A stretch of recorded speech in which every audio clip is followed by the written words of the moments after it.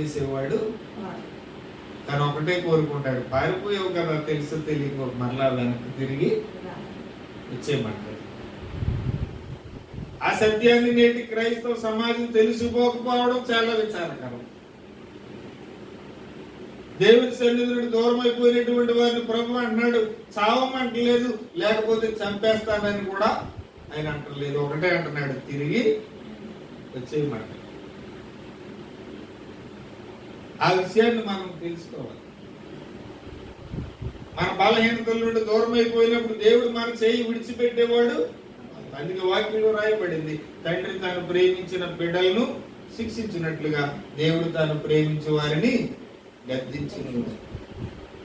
గద్దిస్తాడు. తుఫానీ తీసుకొస్తాడు. ఆ తుఫాను తీసుకొస్తే నువ్వు అందులో పడి చావమని కాదు, కానీ ఆ తుఫానులు వచ్చినప్పుడైనా మరలా తిరిగి వస్తావేమో, నిన్ను సెట్ చేద్దామనే దేవుని యొక్క